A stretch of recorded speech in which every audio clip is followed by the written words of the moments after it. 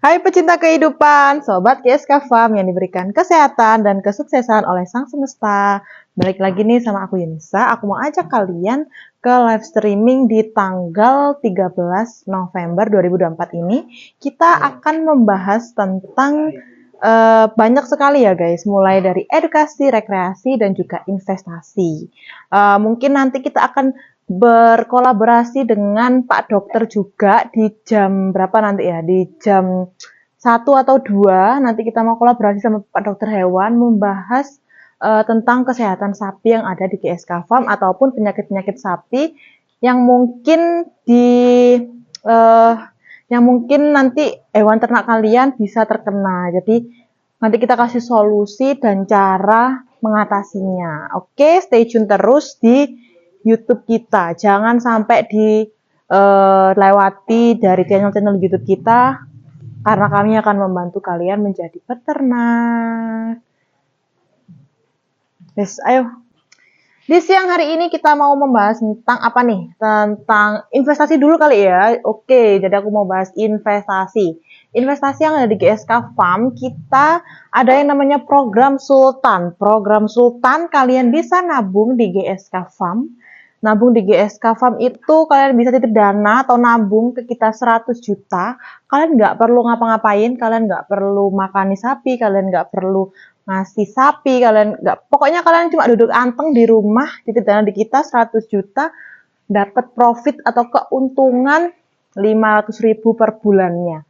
Berlaku 1 tahun. Jadi berlaku kelipatan juga ya guys. Jadi misal kalian titip dana di kita 100 juta.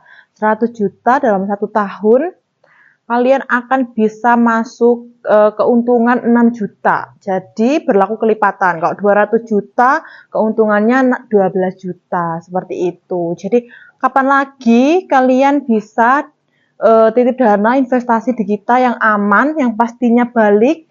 Nggak mungkin kita bodong karena di sini ada buktinya, ada sapi-sapi kita di sini.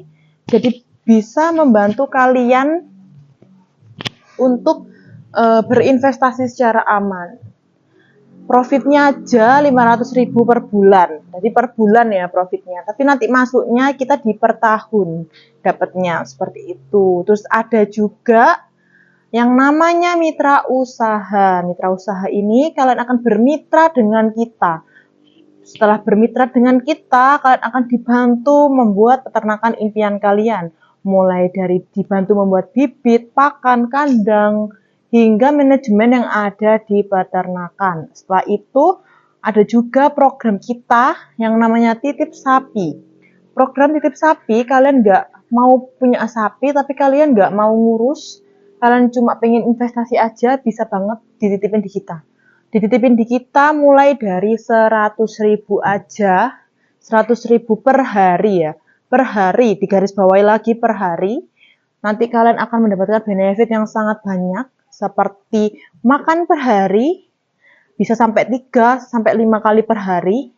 Makannya ada comboran, ada tebon, terus juga kalian dikasih vitamin sama obat cacing. Kenapa dikasih vitamin? Sangat penting karena bisa membuat sapi menjadi lebih cepat gemuk ataupun lebih sehat dan menjadi sapi lebih tahan terhadap penyakit juga. Terus juga yang obat cacing dibuat agar sapi terhindar dari cacing sehingga pertumbuhannya semakin cepat. Setelah itu ada juga teman-teman dari kandang yang siap melayani sapi 24 jam.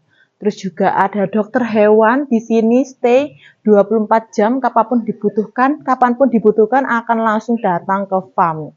Buat teman-teman yang emang pengen pengen investasi sapi, mencoba investasi sapi, boleh banget dititipin sapi di kita, beli di kita, dibuat mungkin untuk Idul Adha atau mungkin dijual lagi. Nantikan program-program menarik kita yang lainnya. Jadi kalian harus stay tune terus di kita. Terus juga ini ada program, udah tak jelasin tadi ya, program titip sapi, program titip dana, sama program mitra usaha. Jadi 3 program itu yang bisa kalian nikmati di GSK Farm. Jika kalian ingin bermitra dengan kita ataupun titip dana ataupun titip sapi, boleh banget hubungi nomor yang ada di bio kita. Orang kita di sini lokasi ada di Jombang, Jawa Timur, Kak. Lokasi kita ada di Jombang, Jawa Timur.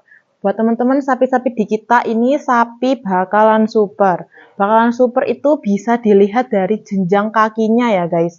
Jenjang kaki, dilihat dari kakinya. Apa kakinya itu tumbuh ke atas, jadi jenjang ke atas. Agar apa? Agar kuat menopang tubuhnya. Jadi, sapi bakalan super itu harus memiliki kaki yang panjang. Itu tadi untuk agar bisa menopang badannya. Seperti itu. Buat teman-teman, di kita juga menjual sapi. Semua sapi bakalan super di harga start dari 15 juta aja. Nantikan juga promo-promo menarik seperti pengiriman gratis, bisa COD, ataupun yang namanya titip sapi gratis. Di kita ada satu event, biasanya di event tanggal kembar, kita ada promo menarik, ada juga undian live dengan hadiah 11 gram emas. Jadi buat kalian yang mau nyari sapi ataupun nyari investasi, boleh banget di kita, ikutin program-program kita atau promo-promo kita biar kalian bisa dapetin emas 11 gram. Diundi waktu live ya guys. Jenis-jenis sapi yang ada di GSK Farm itu banyak dan bervariasi ya guys. Ada yang namanya simental. Simental ini yang paling banyak dan juga pasti paling banyak dan bakalan super. Maksudnya pasti jadi bakalan super. Contohnya itu yang nomor berapa itu RTX-nya? Samson itu ya. Samson itu baru umur 6 bulan. Mau jalan 7 bulan. 9 bulan guys, maaf. Jadi si Samson itu 9 bulan.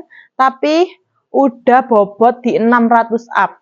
Jadi jenis simental itu maksudnya paling mudah untuk dijadikan sapi super. Seperti itu. Ciri-cirinya sapi simental. Ciri-ciri sapi simental itu di kepala, meskipun coklat tapi ada yang membedakan. Di kepalanya ada putih-putihnya. Seperti itu. Ada juga di sini limosin. Ada sapi limosin. Sapi limosin ini keseluruhan badannya nggak ada putih-putih, full coklat. Dan ini juga cepet buat jadi sapi super. Untuk teman-teman sendiri, rata-rata sapi di GSK Farm itu limosin sama simental. Tapi ada beberapa, ada yang namanya pegon. Pegon itu sapi campuran antara limosin dan simental. Biasanya berwarna coklat, keabu-abuan atau hitam keabu-abuan seperti yang ada di depan kalian situ. Seperti itu. Pegon itu juga cepet juga jadi bakalan super ya. Terus ada juga namanya sapi PO nih, sapi PO yang banyak banget dicari. Sapi PO itu yang putih guys, yang putih, yang ada punuknya, dan itu juga sering gampang untuk dijadikan bakalan super. Sapi PO itu pada zaman dahulu itu dibuat sebagai kendaraan kerajaan. Dibuat juga untuk pengganti traktor zaman dulu, buat ini guys, buat sawah. Terus juga ada apa lagi di sini guys? Ada Karolis. Nah, nih Karolis ini langka guys, sapi langka. Karena hanya beberapa aja yang punya. Di sini ada namanya Karolin. Sapi jenis Karolis dengan berwarna seperti bule. Jadi kayak sapi bule, warnanya itu kayak lebih ke abu-abu, coklat abu-abu gitu guys. Ada white. Nanti aku sepilin si Karolis ya. Sapi langka bule. Terus ada juga Brangus nih. Brangus itu hitam pekat guys. Hitam pekat, bener-bener hitam pekat. Nggak ada campuran warna, nggak ada apa-apa, bener-bener hitam. Terus ada juga, itu jualannya di mana? Lokasi kita ada di Bareng, Jombang, Jawa Timur, Kak. Ada juga sapi yang namanya sapi Malbor, simental Malbor. Itu lebih ke campuran putih coklat warnanya. Seperti itu. Kamu jualan? Iya, Kak, ini lagi jualan. Kakaknya mau cari sapi kah? Mau cari sapi harga berapa?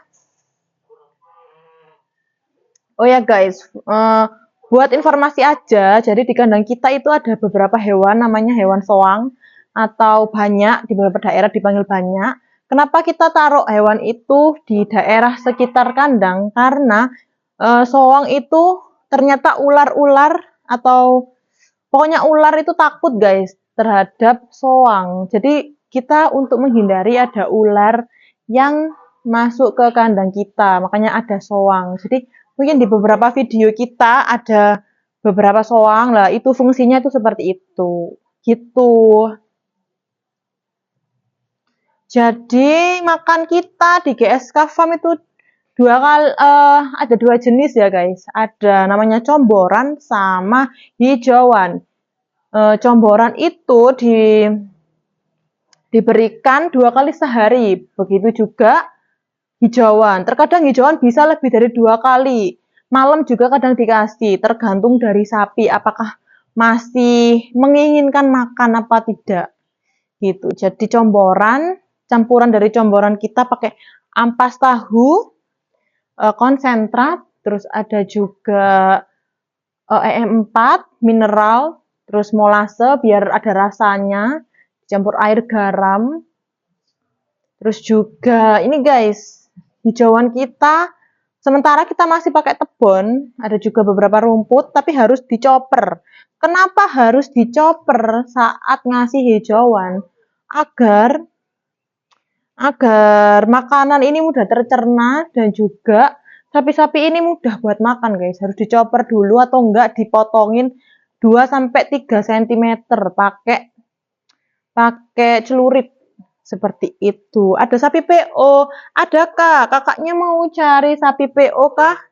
Mau tak sepilin sapi PO? Boleh banget. Tak sepilin sapi PO ya. Tak sepilin sapi PO.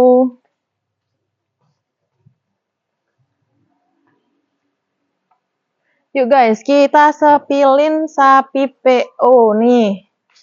Sapi PO. Dari belakang aja kayaknya ya.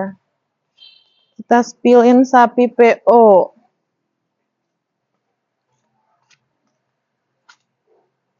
Nih, sapi PO yang ada di GSK Farm.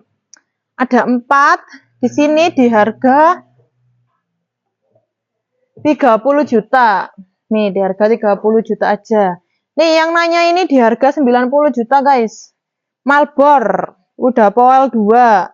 Kalau yang ini belum poel, masih di usia 9-10 bulan. Ini Samson, masih umur 9 bulan, bobotnya udah 600 up. Jenis apa ini? Ada yang tahu ini jenis apa? Boleh di komen yang tahu ini jenis apa? Tadi udah jelasin di awal. Jenis sapi yang di kepalanya ada putih-putih namanya sapi apa? Boleh banget di komen. Ya, bener banget Kak. Ini sapi jenis simental. Kalau ada putih di kepala namanya simental. Kalau ini PO, bener banget. Ini PO, peranakan ongol. Atau juga teman-teman biasanya manggilnya itu sapi Brahman. Di berbagai daerah ada yang manggil Brahman, ada yang manggil PO, ada yang manggil sapi Jawa. Jadi banyak banget sebutan dari sapi PO ini. Tapi kalau di sini kita nyebutnya sapi PO, peranakan ongol. Ini juga sapi. Ini sapi Malbor ya guys. Ini sapi Malbor yang ada di GSK Farm. Di kita start dari harga 90 juta guys. Sapi Malbor bakalan super. Sapi Malbor bakalan super, bobot 700-800 kilo. udah poel 2, usia sekitar 1,5 tahun sampai 2 tahun. Jadi buat teman-teman bisa melihat umur sapi dari, ya bener banget, dari gigi atau biasa disebut poel. Poel itu kayak semacam berganti gigi, dari gigi susu menjadi gigi tetap. Jadi ada, misal udah poel 1, berarti usianya udah 1 sampai 1,5 tahun. Kalau udah poel 2, udah hilang 2 giginya, berarti usianya 1,5 sampai 2 tahun. Seperti itu, teman-teman. Kak Muhammad Aditya mau di sepil 8 lagi nih, Kak.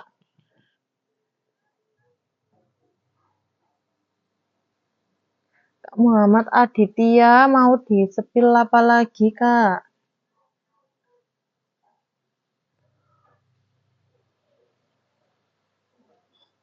Nanti ada sapi betina, ada Kak, sapi betina lagi di kandang umbaran. Jadi kandang umbaran atau disebut kandang breeding itu digunakan untuk bereproduksi. Jadi untuk apa namanya, mereka bereproduksi secara alami. Jadi ada 1 jantan dan 8 betina di situ, seperti itu. Ada sapi betina di kita tapi belum dijual Kak kalau sapi betina, soalnya dibuat breeding itu tadi. Jadi kandang breeding itu kalian bisa kalau mau memulai peternakan, kalian bisa menggunakan sapi breeding dengan mulai membuat 1 jantan dan 8 betina dalam 1 kandang, seperti itu. Oh ya guys, aku mau jelasin juga ciri-ciri sapi birahi. Ciri-ciri sapi birahi itu biasanya sapi birahi terjadi dalam 1 bulan itu 2 kali. Nah, ciri-ciri sapi birahi mereka itu terus-terusan kayak agresif, bergerak terus ke sana kemari, terus mengeluarkan suara terus-menerus, hingga kayak ngelihat sapi betina itu lebih agresif pokoknya, gitu. Terus juga aku mau jelasin tentang tanduk sapi ya. Jadi tanduk sapi itu nggak bisa menentukan jenis kelamin guys. Jadi ada beberapa, misal sapi jantan punya tanduk yang besar dan juga lincip, tapi lancip ya guys, besar dan lancip. Tapi di betina itu kadang itu induknya itu nggak berbentuk, misal kayak arahnya itu loh nggak berbentuk gitu. Tapi kita nggak bisa lihat sapi dari tanduk guys. Jadi tanduk itu bukan penunjuk dari alat kelamin, itu cuma dibuat sapi untuk mempertahankan hidup, seperti itu. Mempertahankan hidup maksudnya apa? Kayak misal dibuat tanda kalau misal ada yang mau kayak nyakiti mereka, mereka akan mempertahankan hidupnya dengan menggunakan tanduk itu tadi gitu. Tapi juga ada beberapa sapi yang nggak ada induknya guys, nggak ada tanduknya. Contohnya tuh kayak ini yang nggak ada tanduk. Malbornya bagus tuh, gemuk. Iya Kak, Malbor. Di sini semuanya sapi-sapinya gemuk. Yang mau main ke sini. Nah, itu tuh tadi guys. Yang nyari Karolis tuh, yang tadi aku jelasin Karolis, yang spek langka, maksudnya kayak bule tuh. Lihat putih warnanya, lebih ke coklat-coklat abu-abu. Terus cingurnya warnanya putih bersih. Terus ini Malbor, jenis Malbor. Kayak lebih campuran antara coklat dan putih. Kalau sapi PO yang putih. Buat teman-teman jangan lupa dibantu subscribe dulu, ayo yang belum subscribe langsung subscribe. Terima kasih nih penonton setia kita nih yang udah melihat setiap hari di YouTube kita. Yang ada pertanyaan, boleh banget langsung ditanyain.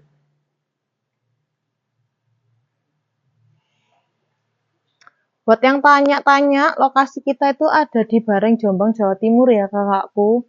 Lokasi kita itu ada di Bareng, Jombang, Jawa Timur. Buat teman-teman semuanya yang ada pertanyaan, langsung aja ditanyain hari ini. Atau nanti habis ini kita kan mau wawancara dengan Pak Dokter kita. Jadi mungkin ada pertanyaan seputar peternakan atau kalian ada masalah tentang ternak kalian, boleh banget ditanyain sekarang. Habis ini aku tanyain. Cara pembayarannya gimana, Kak? Untuk cara pembayaran, kalian langsung aja hubungi admin.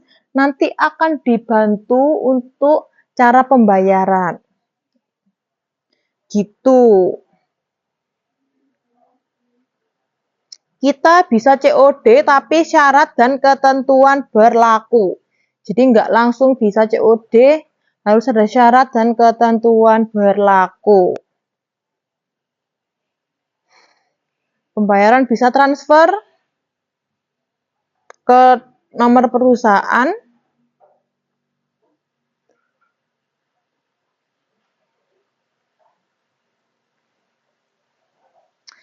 Kak Ziggy Zaga mau nyari sapi apa Kak Ziggy Zaga? Kak Ziggy Zaga boleh banget dibantu follow kita di TikTok juga nih. Nah, di TikTok itu kita spill satu per satu guys sapinya. Mulai dari harga, ukuran, berat, tinggi. Jadi kalian bisa sebelum beli lihat di TikTok. Baru nanti kalian bisa screenshot terus kirim ke admin kita. Nanti dibantu oleh admin kita buat pengurusan administrasi pembelian. Seperti itu. Kalau kirim Jakarta free ongkir Kak? Iya Kak, masih Jawa soalnya, free ongkir. Kakaknya mau buat apa nih Kak Ziggy Zaga? Mau buat Idul Adha kah?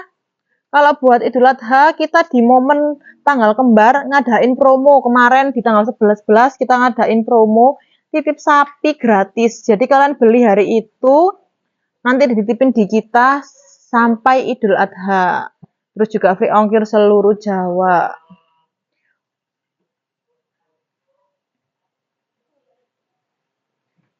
Terima kasih teman-teman. Hai pecinta kehidupan, 1 jam ke depan nih kita ada di segmen tanya-tanya sama Pak Dokter Hewan. Jadi kita kenalan dulu sama Pak Dokter Faisal. Boleh perkenalan diri dok, mungkin dari nama, background pendidikan atau lain-lainnya. Baik, terima kasih. Ketemu lagi dengan kita ya di grup YouTube maupun TikTok. Gemuk sapi kita Kak, GSK Farm. Mungkin ada yang sudah kenal, ada juga yang belum. Ya, mungkin lebih baik saya kembali perkenalkan diri saya. Nama saya Yudi Faisal Ahmad, bisa dipanggil Yudi dulu waktu kecil, bisa juga dipanggil Faisal. Ya, karena dulu sejarahnya waktu masih kecil saya diberi nama Yudi karena ya waktu itu belum ada nama Yudi lah. Terus di dunia kerja sampai kuliah itu ada temen yang sama-sama namanya Faisal ya, jadi ya saya tetap pakai nama Yudi, tapi ada juga yang akhirnya panggilan akrabnya Faisal aja. Jadi saya berasal dari Jawa Tengah, lahir di tanggal 13 Oktober 1977, jadi sekarang sudah 47 tahun hampir ya. Awal mula saya bisa sampai di sini, ya memang sudah banyak lika-liku jalan yang sudah saya tempuh. Tidak menyangka juga sih sebenarnya saya jadi seorang dokter hewan, karena waktu itu ya keinginan waktu kecil memang menjadi seorang anggota TNI, tapi dengan fisik, keterbatasan fisik, ya walaupun fisik atau secara lahiriah kelihatan masuk ya. Tapi gigi saya waktu itu kurang pas, banyak yang lubang, banyak yang tanggal. Jadi akhirnya ya sampai berusaha untuk masuk SMA Taruna Nusantara pun masih belum Belum bisa. bisa. Akhirnya ya saya jalani takdir hidup saya yang akhirnya bisa sampai di sini juga suatu mungkin ya sudah digariskan. Jadi, kemudian setelah kuliah menjadi seorang dokter hewan yang mana awal cita-cita jadi seorang tentara nggak memenuhi syarat, kemudian coba keberuntungan di UMPTN waktu itu selepas SMA. SMA saya di Jawa Tengah, Slawi, kabupaten ya. Jadi ibu kota Kabupaten Tegal itu Slawi. Nah, itu alma mater saya adalah SMA Negeri 1 Slawi. Salam buat teman-teman alumni SMA Negeri 1 Slawi mungkin yang Melihat kita. mungkin dapat salam dari Pak Faisal. Jadi memang selepas SMA itu saya mengikuti pendidikan ataupun kursus biasanya bimbingan ya. Masuk UMPTN itu masuk bisa lewat Primagama, Ganesha atau banyak dulu pilihan. Akhirnya saya memutuskan untuk intensif 1 bulan untuk mempersiapkan ujian masuk perguruan tinggi negeri atau MPTN waktu itu namanya selama sebulan, dan terakhir secara intensif 1 minggu sebelumnya ya, karena saya dari Jawa Tengah, saya mengikuti UMPTN ini di UGM di Yogyakarta karena harapannya juga bisa kuliah di Universitas Gadjah Mada. Waktu itu memang favoritnya ya di situ. Nah, awal mula perjalanan saya juga pernah mungkin sampaikan di YouTube sebelumnya bahwa tidak ada keinginan saya untuk menjadi seorang dokter hewan. Tapi ya mungkin sudah digariskan itu tadi. Ternyata setelah saya mengisi form isian UMPTN itu, ya saya punya 3 pilihan karena saya memilih jurusan yang dari A1 waktu SMA itu bisa fleksibel, bisa ngambil IPC ya. Tapi kalau dari sosial harus sosial, kalau dari IPA itu bisa lintas jurusan. Ya, awal mula saya milih pilihan pertama karena saya ingin masuk di Universitas Gadjah Mada, dan waktu itu yang menjadi pilihan saya, walaupun di Universitas Gadjah Mada ada kedokteran hewan, tapi saya tidak berminat waktu itu awal-awal karena cita-cita di tengah jalan juga muncul. Nah, saya pengen jadi orang hutan, kehutanan. Kehutanan. Oh, dari dulu maunya hutan dulu terus. Ya karena saya sering di main-main desa gitu. itu kan dekat dengan hutan. Kebetulan teman akrab saya juga yang sekarang udah tahu entah di mana. Dulu juga anak seorang sinder atau apa ya istilahnya kayak polisi, pemangku hutan ya. Jadi asper, asisten apa namanya asper, yang ya kerjanya memang mengontrol hutan. Dan saya senang hutan karena ya memang saya hobinya jalan-jalan di hutan. Ya, akhirnya saya pengen jadi bagian dari Fakultas Kehutanan UGM di pilihan pertama. Pilihan kedua belum ada gambaran. Pilihan ketiga karena IPC saya harus mengambil jurusan sosial atau bahasa ya. Jadi saya putuskan untuk mengambil sastra Inggris di UNS ya, Universitas Negeri Surakarta. karena memang di Jawa Tengah yang favorit waktu itu antara UGM, UNS, Undip. Ya karena tadi saya milih jurusan yang ketiga itu pakai pengen bahasa Inggris lah, walaupun sekarang bahasa Inggrisnya juga masih casis-susnya masih belum begitu lancar, tapi ya paling nggak tahu karena saya mengikuti pernah di waktu zaman SMP mengikuti kursus jarak jauh dan alhamdulillah di situ punya bekal sedikit mengenai grammar, mengenai vocabulary atau kosakata. Itu banyak trik-triknya ataupun kiat-kiatnya. Alhamdulillah. Jadi saya juga seandainya gagal di jurusan kehutanan, saya pengen bisa menguasai dunia dengan bahasa Inggris. Nah, di saat saya mengisi form itu tadi, kembali lagi mengapa saya sampai di sini. Datang tiba-tiba om saya yang ya sebenarnya saudara jauh di tempat kos-kosan saya waktu mengikuti kursus atau bimbingan belajar di Primagama di dekat kampus UGM.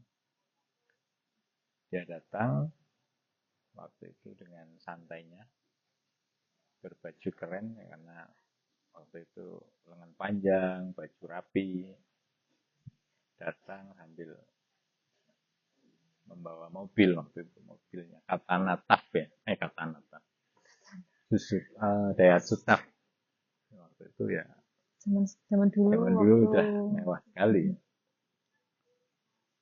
Datang sambil rokokan, lihat saya lagi ngisi form itu, bilang, ngapain kamu milih jurusan bingung-bingung?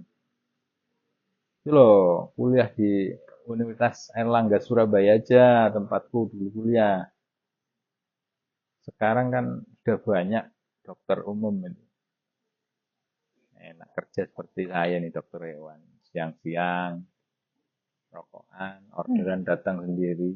Kalau memang sudah banyak yang pakai produk kita. Kebetulan beliaunya itu TS atau Technical Sales dari Medion, PT Medion. PT Medion itu dulu apa? Ya itu perusahaan obat hewan. Oh. Ya memang dulu, zaman dulu itu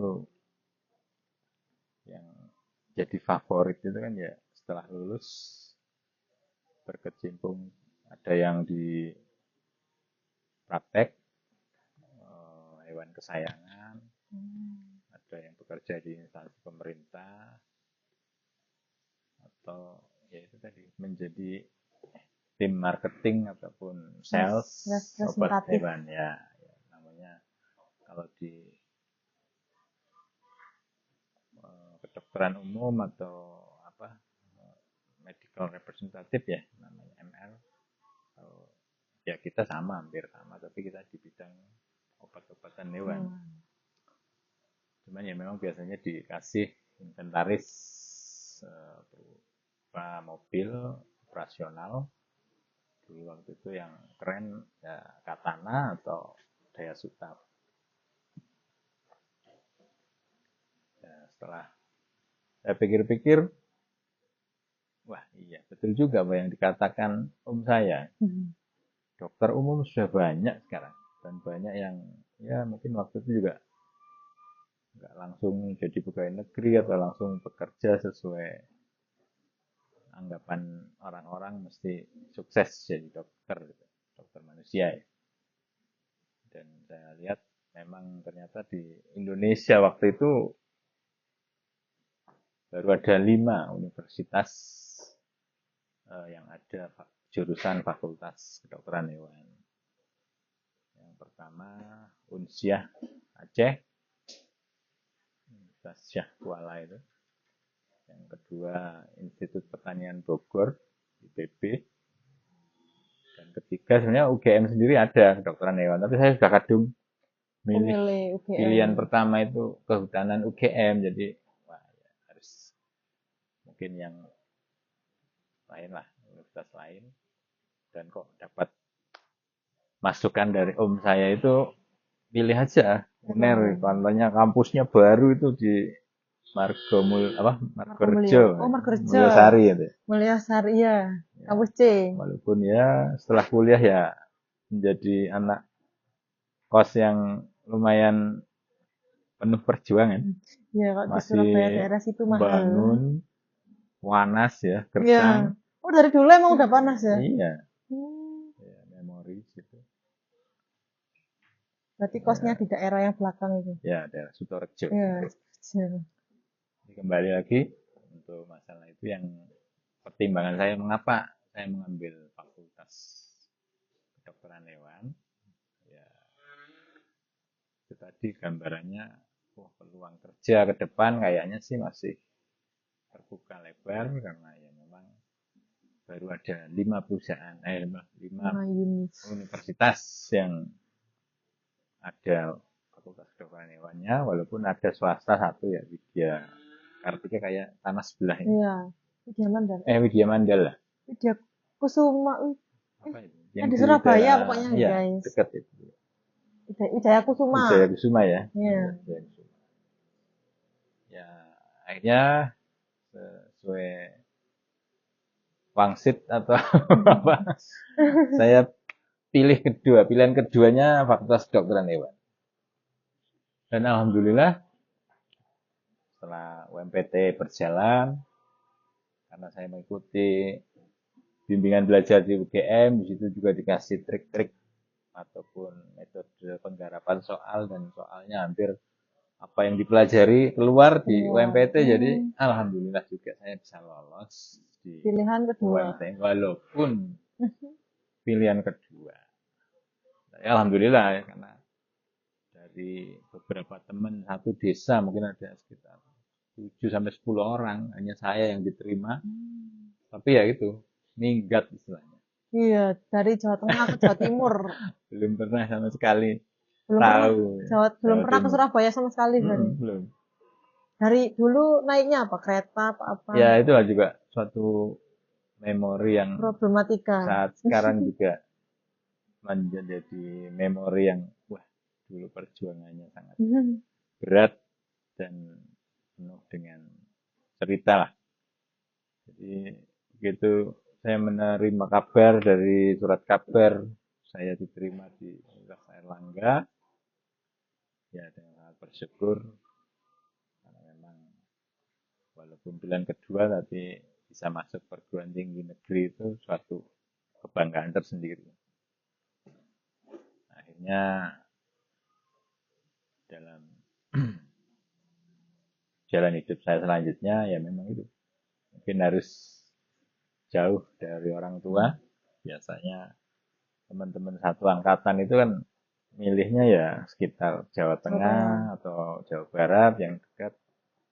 Atau kalau Jawa Timur kan 2 kali jaraknya dari Jawa Tengah Jawa Timur. Ya disitulah saya memulai, walaupun itu pilihan kedua, saya coba untuk tetap jalani. Karena biasanya pilihan kedua itu kan, waduh saya nggak masuk pilihan pertama, tahun depan harus ikut lagi. Ya, saya jalani dulu lah gimana sih. Saya juga pengen tahu kedokteran hewan itu seperti apa. Ya memang tahun selanjutnya berkeinginan daftar lagi. Enggak. Saya sudah memutuskan, wah ya ini mungkin benar jalan hidup saya. Saya ingin masuk fakultas kedokteran hewan aja, dilanjutkan. Tidak usah daftar lagi. Daftar lagi juga perlu waktu, biaya, dan tenaga. Di sini juga saya sudah merasa kayak menemukan, ya memang ini jalan hidup saya harus ke sini. Akhirnya saya jalani. Ya itu tadi, perjalanan mulai dari pertama kali saya dari desa kecil di kaki Gunung Slamet, di Bumi Jawa, desa Bumi Jawa. Yang kalau saya kuliah, saya sekolah dulu, juga ngekos juga. SMA itu ngekos? Iya, dari SMA sudah mulai ngekos karena jaraknya sekitar 40 sampai 50 kilo dari rumah. Ya bisa aja sih saya di tiap hari pulang pergi, tapi ya aduh kalau ya pernah juga 1 minggu nggak kos itu badan capek karena Capek. subuh harus siap-siap sudah mau Masuknya dulu jam sekolah. 6:30 kayaknya. Iya, jam 7 setengah 7 itu nunggu angkutan juga ya Oh. penuh perjuangan. Tapi kok dari sana ke Surabaya? Nah ini ya karena sudah kadung itu tadi Ya, jalan hidupnya mungkin jalani juga punya pengalaman yang sangat memorial juga itu masalah kereta api juga ya. iya. Mungkin dulu zamannya saya pertama kali naik kereta api ya kayak baru malam itu. Hmm, Waduh dulu seperti pasar berjalan. iya. Belum kayak Sampai-sampai sekarang. nggak dapat tempat duduk waktu itu saya sama ayah saya yang mengantar saya ke Jawa Timur. Berapa jam zaman Hampir dulu? 12 dulu. Oh, kalau sekarang mah 3, 4 mungkin bisa. Sekarang 6 jam atau Hmm, 7 jam bisa. Dan itu pun dapat tempat nggak di tempat duduk tapi di di depan bawah. gandengan. Jadi Hmm, di depannya toilet. iya. Waduh, ya itulah perjuangan yang saya kira demi untuk cita-cita Cita-cita. ataupun eh, yang mengantarkan saya sampai sekarang di sini. Nah, akhirnya ya berjalannya waktu. Setelah tahun kedua saya tetap melanjutkan. Ya walaupun di tahun-tahun pertama saya harus kehilangan ayah saya juga. Sudah Hmm, beliau meninggal karena sakit. Ya, akhirnya ibu saya sebagai single parent membiayai saya sampai lulus ya. Ya walaupun dari seorang guru SD dua-duanya ya, istilahnya waktu itu guru SD ya ya berapa sih anunya cuman ya alhamdulillah masih menjadi anak seorang guru PNS jadi ya masih bisa ada harapan dipelihara oleh negara. Akhirnya ya di situ semenjak saya meninggal ya saya harus juga berusaha untuk menghidupi nambah jatah bulanan dari rumah. Ya saya juga mungkin di tengah-tengah itu ada sambil cari part time ya, hmm, mengajar iya. les. Oh, ngajar les. Dan alhamdulillah dengan Allah yang memang menggariskan saya harus jadi dokter hewan, saya masuk 2096 sampai 2003 lulus dokter hewan. Oh, itu masih ada namanya praklinik dan lain-lain gitu. Ya, jadi waktu itu sarjana saya tempuh dalam 2000 berapa? 96, 96, 97, 98, 99, 2000, 2001, 2002. 7 tahun ya. Tahu. Ya, karena memang eh, tergolong mahasiswa yang biasa-biasa saja. Sehingga tidak bisa cepat lulus karena ya dijalani aja banyak halangan, rintangan yang ada sehingga saya bisa lulus pun alhamdulillah bisa sesuai jatah waktu yang ada Iya. dimanfaatkan. Dan lagi memang setelah pendidikan sarjana untuk menjadi gelar dokter hewan juga ada namanya program koasistensi atau program pendidikan dokter hewan. Ya ini yang bikin lama itu karena Iya. terbatasan laboratorium atau tempat praktek kerja lapangan. Ya, disitulah yang buat lulusannya agak lama. Dan alhamdulillah di selama pendidikan profesi itu ya saya mempunyai bekal untuk nantinya di dunia kerja itu tadi sebagai seorang technical sales juga pernah bekerja di suatu farm peternakan ayam dan ya walaupun di awal-awal kuliah kan ada penjurusan atau bukan jurusan sih, pemilihan minat ya. Ada 4 kalau nggak salah. Minat ternak unggas, ternak hewan besar, ternak pet and wild, sama wild satwa liar 4 ya. Ya saya memandang karena dulu sesuai saran saya ya, jadi TS di Medion itu memang banyak kan dari perusahaan peternakan ayam ya, masuknya di situ. Jadi ternak kecil. Ya, jadi saya masuk di KMPV namanya itu, kelompok minat veteriner. Veteriner itu apa? Veteriner itu ya sebenarnya singkatan dari mahasiswa kedokteran hewan. Veteriner itu veterinary, bahasa Inggrisnya kan kedokteran hewan.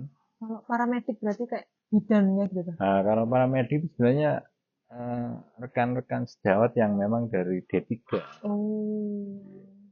Ya, memang dari situ ada tugas wewenang yang mestinya tidak diberikan atau tidak punya hak untuk seperti yang melekat di profesi dokter hewan. Tapi ya sudah umum masyarakat kita, sudah Pak Mantri dipindah dokter hewan juga Pak Dokter, kadang bilang Pak Mantri. Iya benar. Dan kalau orang desa biasanya kalau manggil buat sapi gitu kan Pak Mantri. Karena ya memang di setiap desa kecamatan yang menghandle mantri hewan ya. Tapi kalau Pak Dokter juga ini apa kayak inseminasi buatan? Ya, karena waktu PKL atau koas itu ya kita kan ya di samping di mata kuliah juga dulu ada teknik reproduksi ternak ya, itu juga di situ kan diajari bagaimana caranya meng-IB atau menginseminasi buatan sapi. Saya teringat di masa-masa dulu ya semacam di tanah sebelah ini kan ada teaching farm ya, atau tempat praktek untuk kita berlatih inseminasi buatan. Waktu itu dulu sapinya 1, kurus, sudah tua, sudah bolak-balik ketusuk gan itu, waduh, sampai ya akhirnya bikin ya keunikan tersendiri juga. Oh, ternyata begini tekniknya menginseminasi buatan.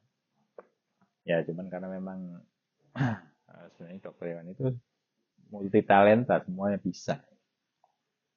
Cuman ya karena sudah menjadi masyarakat umum tahunya kalau Pak Mantri ya B itu Pak Mantri ya memang para medis itu biasanya yang banyak terkecimpung di dunia inseminasi buatan. Kalau dokter hewan ya walaupun ya semasa saya koasistensi itu saya mempunyai bekal ilmu dan keterampilan juga waktu bekerja bukan PKL di KUD Susu ya, di Sendang, Tulungagung. Yang memang waktu itu dibimbing dari kakak alumni angkatan yang sudah senior, Pak Didik namanya. Itu juga seorang dokter hewan KUD. Tapi juga di situ mempunyai anak buah atau staf 4 orang, inseminator atau Mbak Mantri. Salah satu yang masih ingat itu Mas Herman sama Mas Zainal, mungkin kalau lihat saya mungkin akan teringat lagi. Mungkin sekarang masih dengar sih masih menjadi tenaga mantri ataupun paramedis di KUD Sendang. Kalau Pak Didik juga masih. Ya, sebenarnya pengen juga sih nanti kapan-kapan main lagi ke sana. Karena memang di perusahaan kita juga yang sekarang mungkin kedepannya akan ada mengembangkan tapi KUD sapi perah. Bukan sapi perah, jadi breeding. Breeding kan hubungannya sama nanti bagaimana mengembangkan sapi-sapi ini dengan teknik inseminasi buatan. Kalau teknik alami, kawin alami ya bisa, cuman agak lebih lama ya. Tapi kalau Pak Dokter ini di rumah juga buka praktek apa gimana? Ya, karena barusan ya sebelum saya kerja di sini, saya juga ya walaupun awalnya saya banyak berkecimpung di dunia sales, cuman ya karena sudah menjadi apa ya fasilitas atau apa, jadi kalau nggak menyiapkan tempat praktek di rumah ya untuk persiapan hari tua lah misalnya waktu itu angan-angan saya ya akhirnya ya saya mengurus kepesertaan saya sebagai seorang anggota PDHI Persatuan Dokter Hewan Indonesia. SIP gitu, buat SIP. Ya, buat SIP saya sudah mengurus semua kelengkapannya dan alhamdulillah dibantu dengan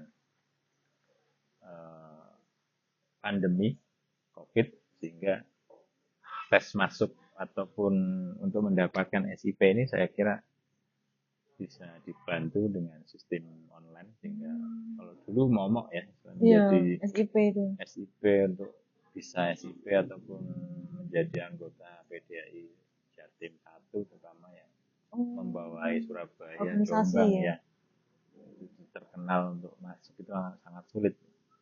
Ya, akhirnya dengan adanya pandemi kemarin diberi kemudahan dan alhamdulillah saya sudah mendapatkan SIP itu.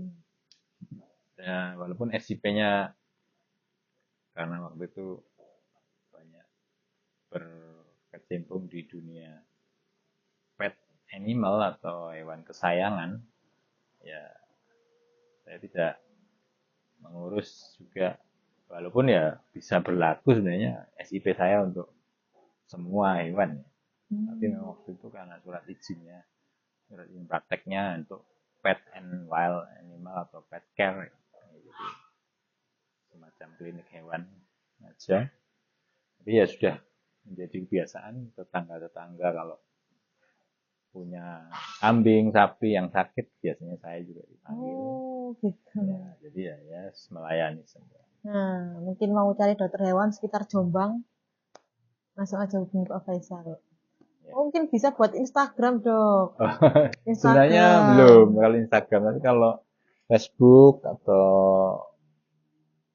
Google ya sudah ada, cuman ya memang zaman sekarang kan zaman digital marketing ya, jadi tapi di luar dari tetangga ada yang manggil biasanya? Ya, masih kadang minta tolong sapinya nggak mau makan atau kambingnya kembung, nah itu kadang ya dipanggil ya, walaupun kadang masih banyak nggak bisanya karena ya saya harus bekerja di tempat malam sore hari gitu. Ya. Akhirnya ya tetap buka tapi nggak seintensif kemarin, walaupun saya juga pernah kemarin berapa bulan sebelum saya bekerja di sini sementara mencari saya coba keberuntungan di klinik itu, tapi ya memang di daerah Jombang dan sekitarnya itu animo masyarakat masih ya walaupun kalah sama mantu ya enggak, artinya banyak orang suka hewan kesayangan ini kan baru akhir-akhir ini aja gara-gara pandemi orang cari hiburannya udah melihara hewan kesayangan, anjing, kucing ataupun kambing atau apa ya. Setelah selesai pandemi ya, walaupun ya Jawa Timur saya kira waktu itu di Surabaya, Malang itu mungkin masih rame ya untuk bisnis pet care atau klinik hewan, tapi ya seiring perjalanan waktu persaingan tidak sehat itu terjadi ya, akhirnya itu tadi saya ya memang waktu itu masih baru merintis, jadi ya kalah dengan yang sudah berpengalaman. Tapi untuk sekarang masih buka praktek ya? Ya kadang kalau Malam mungkin. malam pulang dari sini atau pagi sebelum berangkat masih kadang dipanggil oleh tetangga-tetangga, tapi hanya sebatas tetangga. Tapi banyak yang miss-nya aja kalau sekarang, walaupun kadang HP nggak semuanya saya bawa, HP-nya dulu HP khusus klinik ada ya, sering nggak ke pantau, tapi ya nggak apa-apa lah, saya anggap rezeki aja nanti.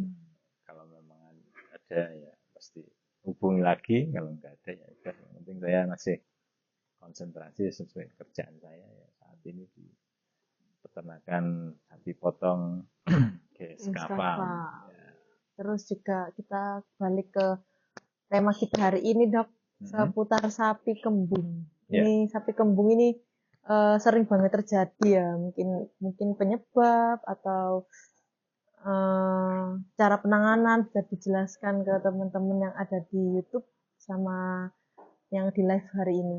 Ya. Jadi penyebab kembung ini sebenarnya kan faktornya banyak sekali. Artinya tidak hanya dari segi makanannya, dari segi kandangnya, dari segi perlakuannya, itu banyak penyebabnya. Jadi yang memang yang penyebab paling banyak adalah dari segi pakan yang dimakan, karena yogyanya atau maklumi kita kalau ternak itu ya makanannya ya yang kebiasaannya dia, kalau kayak kucing, anjing ya dagingan atau ikan ya kasih nasi, tapi ya sebenarnya itu bukan makanan kebiasaan dia, apalagi sekarang makan jadi ada juga, tapi ya semakin lama kan semakin trennya itu. Nah, sapi juga seperti itu, atau kambing biasanya kan umumnya ya makan rumput ya. Rumput ini terbatas, akhirnya pakai pakan comboran atau konsentrat yang istilahnya sebagai pengganti hijauan, yang mana kadang juga inilah yang menyebabkan mengapa banyak terjadi kembung ya, karena bukan pakan semestinya atau porsinya yang tidak seimbang, itu yang bikin kadang terjadi kembung. Jadi komposisi pakan yang mestinya imbangannya 70% hijauan, 30% comboran, yang kadang dibalik sekarang atau hampir sama 50-50, padahal hewan mamalia terutama sapi, kambing, domba itu kan sudah mempunyai dimodifikasi pencernaannya, memang terdiri dari 4 lambung ya. Jadi 4 sistem pencernaan di dalam tubuh hewan mamalia, terutama sapi, kambing, domba, kerbau. Yang kadang terutama yang menyebabkan kembung itu komposisi serat kasar yang kurang. Jadi, ya itu tadi, karena hijauannya yang banyak serat kasarnya. Mungkin dari situ yang penyebab utama mengapa gampang sekali terjadinya kembung itu. Dan juga dari bahan-bahan comboran ini juga ada beberapa bahan makanan yang ya setelah masuk ke dalam lambung ini membentuk gas ya, atau sisa dari pencernaan itu berupa gas amonia yang ya terlalu banyak sehingga ada menyebabkan kelainan secara fisiologis, mestinya bisa keluar dengan sendawa ataupun ya mohon maaf, sapi juga kadang bisa kentut ya. Itu nggak bisa karena ya ada timbunan gasnya yang terjebak di antara lambung sapi ini. Nah, ini makanya kapan hari kita pernah menangani kembung ini, ya karena sudah berat sekali ya, kita memakai metode trokar secara mekanis, jadi ditusuk. Jadi, kalau kita sudah melihat perut sapi asimetris, sebelah kiri kok besar sekali daripada yang kanan, akhirnya ya itu metode yang secara cepat mengeluarkan gas yang terbentuk. Tapi kalau itu pun saya kira alternatif terakhir ya. Kalau memang sudah dilakukan upaya pemberian obat-obatan ataupun, ya alhamdulillah dari pengalaman-pengalaman yang saya dapatkan dulu di praktek kerja lapangan di saat saya memperoleh gelar dokter hewan ini, banyak ilmu secara non medis ya istilahnya, tidak berdasarkan obat-obatan yang, tapi dengan bahan-bahan tradisional yang ada di sekeliling kita, itu sudah bisa mengatasi masalah kembung, walaupun tidak semuanya bisa sembuh, tapi ya paling nggak kita coba yang itu dulu. Ya, seperti yang beberapa kali saya temui di farm GSK ini, ya kita kasih ramuan dengan minyak sayur yang masih baru ya, bukan minyak sayur habis goreng. Yang baru. Yang baru guys, minyak sayurnya. Minyak sayur baru, ya sama minyak kayu putih yang biasanya juga kalau kita masuk angin dikasih minyak kayu putih dengan perbandingan 2:1 ya. Jadi kalau umpamanya 10 cc minyak goreng baru, berarti 5 cc minyak kayu putih. Ya memang minyak ini kan tidak bisa bercampur dengan air ya. Ya tapi coba kita gunakan air hangat untuk menambah volume. Jadi ditambahkan dari 10 cc minyak goreng sama 5 cc minyak kayu putih itu kita masukkan ke dalam setengah liter air hangat, cenderung panas ya, tapi enggak panas banget, habis mendidih langsung dikasihkan nanti meloncat sapinya. Agak hangat-hangat, kuku yang cenderung panas. Kita aduk, nah kita condangkan atau kita pakai spet mika ya, yang memang dimodifikasi memang untuk pemberian obat-obatan. Jadi bukan pakai jarum, tapi pakai ada jarum yang tumpul itu ada. Nanti mikanya saya lihatkan. Ya itu coba dikasih itu, kalau selama 6 jam tidak ada perubahan, atau mungkin terakhir sampai 12 jam juga masih belum ada indikasi sembuh, ya baru kita lakukan trokar atau ditusuk dengan alat namanya trokar. Ya itu beberapa sih teknik untuk mengantisipasi kembung yang biasanya memang peternakan dimanapun, yang penyakit yang sering muncul dan kejadian ini adalah ya itu tadi, penyakit kembung. Ya bisa juga dari lingkungan kandang. Waktu itu saya juga pernah baca-baca dari literatur, ya mungkin yang terutama masa-masa pedet gitu ya. Iya, pedet. Ya itu kan karena tidak diberi alas yang hangat, langsung bersinggungan langsung dengan lantai, ya itu juga bisa menyebabkan kembung. Mungkin kalau solusinya sih memang dibuat kandang panggung ya kalau untuk pedet-pedet ini, jadi biar lebih hangat dan tidak langsung kena lantai. Kalau ditusuk tadi ada bekasnya nggak kalau misal sembuh? Iya ada, pasti kan kita melukai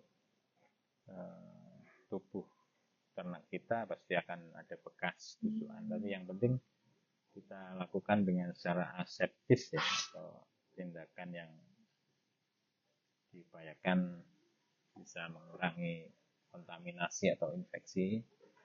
Kita beri disinfektan atau pakai alkohol sehingga tidak ada kemungkinan luka tusuk yang kita buat itu akhirnya bisa terinfeksi. Ya, kalaupun terinfeksi di lapangan kita kadang kesulitan untuk benar-benar aseptis, tindakan aseptis itu terjadi, ya kita kasih antibiotik setelah melakukan lokalisasi untuk menjaga bila mana ada bakteri yang menginfeksi ya, sudah ada antibiotik di tubuh sapi. Perlu Itu dijahit lagi gitu dok? tidak perlu, jadi Oh. itu akan otomatis karena ada tekanan dari dalam ya, akan menutup sendiri. Jadi tidak usah khawatir setelah ditusuk nanti bocor terus ya, tidak. Ya kan, karena di dalam perut itu ya juga punya tekanan kayak ban tubles itu kan. Ditusuk ya ditambal bisa, cuman ini nggak usah ditambal, sudah cukup lah. Artinya karena di jaringan di dalam itu pun pasti dengan adanya luka ini akan timbul reaksi ya, untuk menutup luka itu tubuh kita akan, atau tubuh ternak itu akan membentuk jaringan baru untuk menutupi luka itu. Kalau habis dikasih minyak itu juga langsung keluarnya modelnya gimana ya? Ya memang agak sulit untuk mengamati apa, tapi biasanya kita bisa juga bantu dengan metode tradisional lagi. Jadi setelah kita kasih obat-obatan tradisional tadi untuk mengatasi kembung, untuk merangsang terjadinya gelegean atau orang Jawa bilang itu ya, atau proses ya, mengeluarkan sendawa atau apa itu, kita buat semacam kayak tali kekang dari, ya bukan dari besi ya, dari batang rumput yang besar itu, kita kasih tali. Mungkin di videonya juga pernah lihat. Iya, pernah itu aja. ada. Nah, itu Biar karena keluar mangap. dia berusaha untuk mengunyah itu, tapi karena sapi itu kan sapi ompong, apa ada istilah sapi ompong, karena memang benar sapi itu ompong, artinya di depan itu giginya hanya di rahang bawah aja, tapi yang di atas tidak ada giginya, yang apa dibilang kayak sapi ompong. Ya itu dengan kalau dimasukkan apa ya, batang rumput yang besar atau bambu atau apa, dia akan berusaha seperti mengunyah tapi tidak bisa. Ya, itu yang akhirnya dengan itu akan merangsang dia keluar sendawa, gelegean gitu. Itu mengapa perlu dikasih, itu juga bisa untuk mempercepat. Dan untuk penanganan kalau memang sapi itu sudah dilakukan itu masih aja belum ya, diajak jalan-jalan, jadi dikeluarkan dari kandang. Ya, kebetulan di sini ada kandang umbaran ya, dilepas atau disuruh jalan-jalan. Karena kalau nggak bergerak ya kembung itu juga akan lebih lama. Berarti mempengaruhi aktivitas sapi. Aktivitas itu nggak perlu digerak-gerakkan, walaupun dicoba juga metode itu dulu yang dibuat kekang itu dari baru dikasih minum yang ya itu ya sudah dikasih minum dulu. Baru untuk ya untuk membantu mengeluarkan gas itu yang terjebak di lambung itu dengan pembuatan kekang. Kalau enggak ya disuruh jalan-jalan, kita bawa keluar kandang suruh jalan-jalan. Itu metodenya seperti itu. Berarti kalau 6 jam tidak kembungnya tidak itu baru di apa namanya? Trokar ditusuk. Jarum yang sudah dimodifikasi ada 2 ya. Jadi ada selongsong, ada memang penusuknya. Jadi begitu jarum itu ditusukkan masih tetap tidak langsung menutup karena kan ada tekanan. Jadi jarumnya diambil maka keluar ke saluran jarum yang tertinggal. Trokar itu ada 2 bagian, nanti saya tunjukkan. Kan nggak bisa di sini. Terus ini mau praktek apa nih dok? Ya, di sini? kejadian yang sering atau umum ya di rutinitas saya sebagai seorang dokter hewan farm adalah tiap pagi untuk kontrol kesehatan semua sapi yang ada juga dilakukan pada siang hari ini. Kebetulan seperti tadi pagi kita sudah melakukan pengobatan.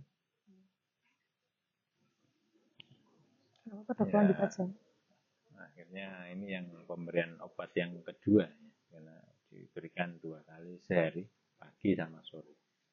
Ya, kita langsung ke Ya, kita klinik aja, praktek dulu persiap kan.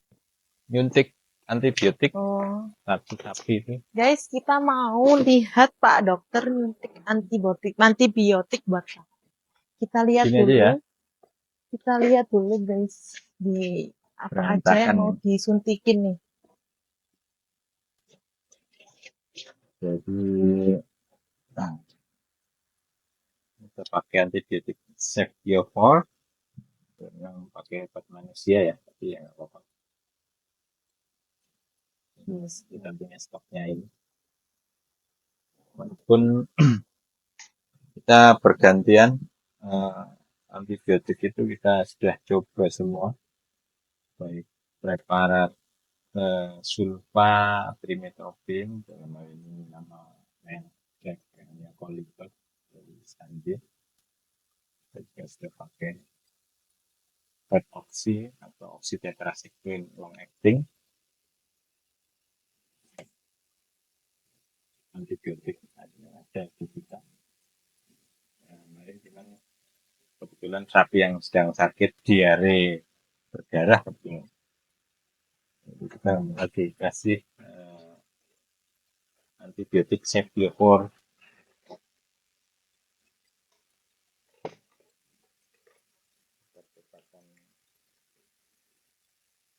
Yang ada di klinik kita. Obat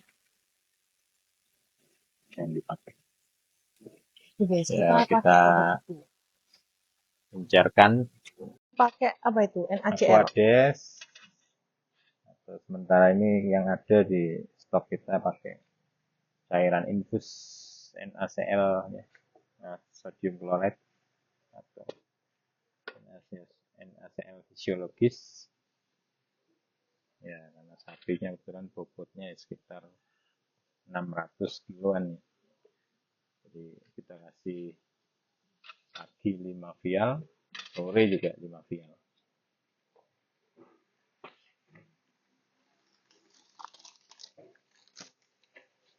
Ini lagi mau disuntik.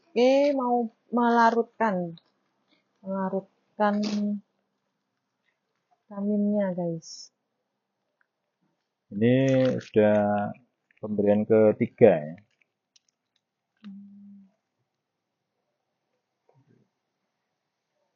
Kita ambil banyak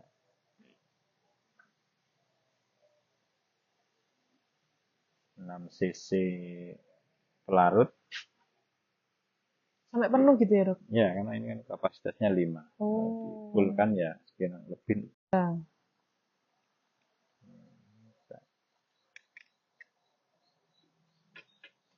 Buka dulu.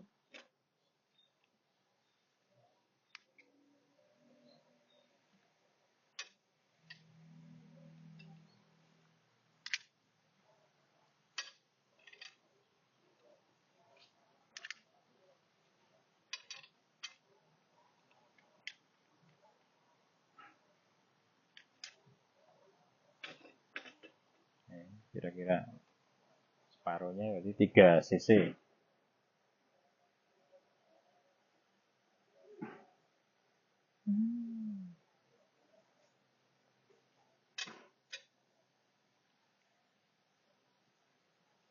Ya, pial ini ya 1 gram Ceftiofur.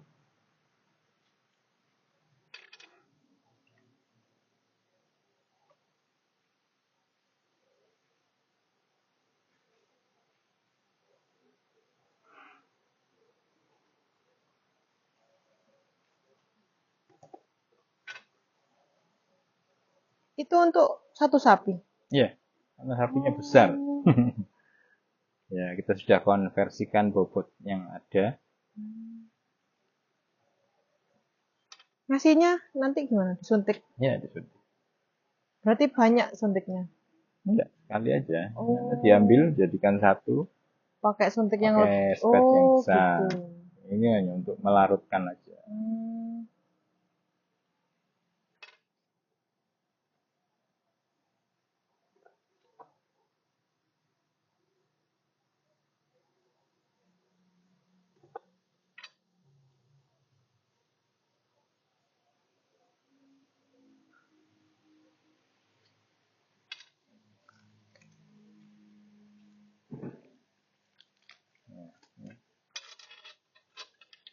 Kocok. Cocok. Kocok Harus ini. benar-benar tercampur sempurna. Jadi sambil nunggu ya, kita pantau apakah masih ada endapan enggak di sini. Hmm. Dan kalau sudah tercampur sempurna itu akan terbentuk cairan bening. Oh, Ini kan berarti kalau masih keruh kan? Nah, ini belum belum. nyampur. Oh, berarti harus sampai bening. Ya, nanti bisa dilihat bukan bening, artinya Nggak kuning. ada serbuk-serbuk gitu Ya, lagi. Melarut gitu ya. melarut semua. Selain pakai NaCl, bisa pakai apa lagi, Dok? Ya, siogianya sih pakai Aquades stilata Iya. air yang Buat pelarut untuk gitu. pelarut. Cuman ya, sementara ini stok kita lagi habis, Habis. akhirnya yang ada cairan infus, tapi nggak apa-apa, nggak masalah. Yang penting bisa larut ya. Melarutkan. Jadi sebenarnya alternatif ya pakai Iya, NaCl itu.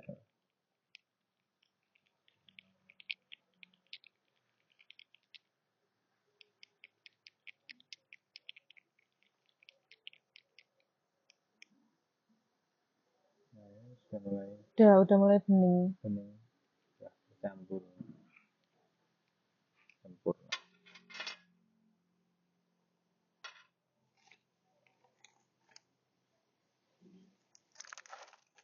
Pakai spet baru setiap kali kita melakukan injeksi. Itu berapa mili? Kapasitas 20 mili, tapi ini tadi kan 3 milian ya. Iya. Jadi 15. 15. Oh. Kurang lebihnya 15.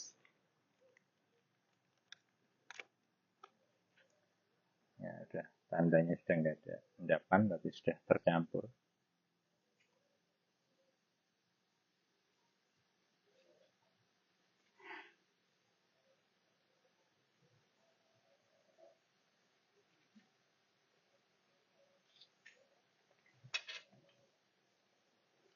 Tuh.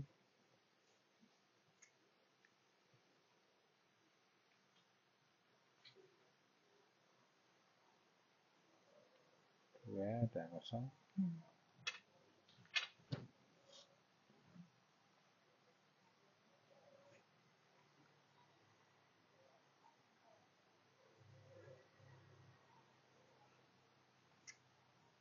Udah kosong.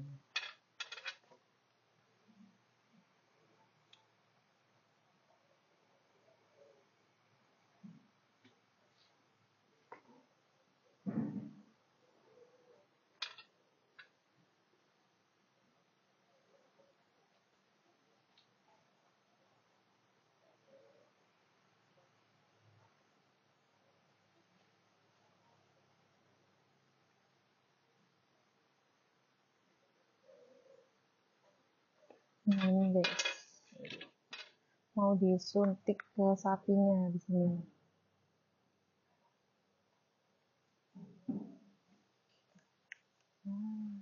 Udah. Langsung kita menuju ke sapi.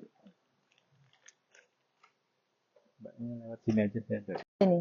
Kemajuan, jadi diarenya sudah Oh iya, sembuh, tapi masih sedikit ada sisa-sisa perdarahan ya. Ya, kita lihat, bisa diamati di sini. Warna tekstur kotorannya gelap. Awalnya diare encer dan keluar darahnya. Ini sedang disuntik, guys. Penyuntikan bisa dilakukan di otot-otot. Nah, tapi untuk lebih amannya, adalah dikasih di otot leher aja.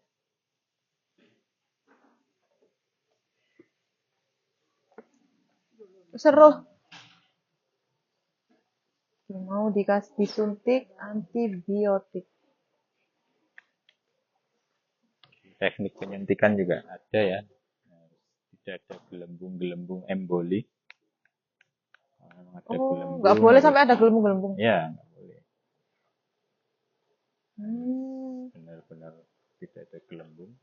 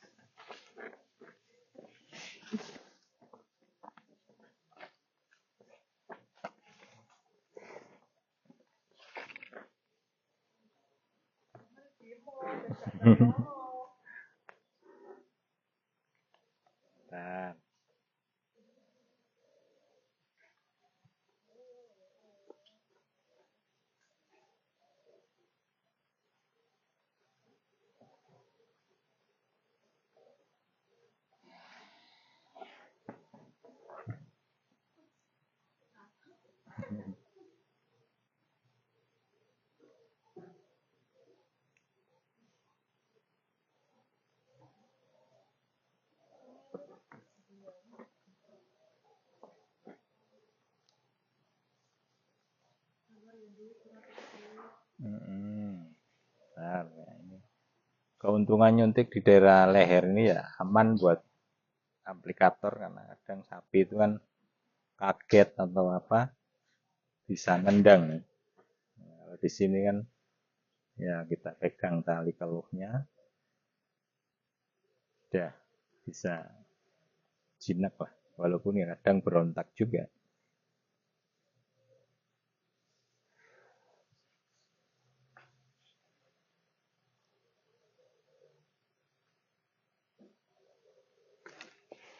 Udah. Nah itu kita tepuk-tepuk. Udah. Udah 3 hari saya kira sudah cukup kalau kita lihat kondisi perubahan kotoran yang sudah tidak diare dan juga tidak ada darahnya lagi. Kemarin awal memang tampak ada darah. Ya. Ini sudah mulai mengering. Sudah penyembuhan, sudah proses. Memang untuk pemberian antibiotik itu idealnya 5-7 hari. Tapi ya kita harus fleksibel di lapangan. Kalau sudah menunjukkan perbaikan, 3 hari sudah cukup ya. Tapi harus minimal itu 3 hari antibiotik.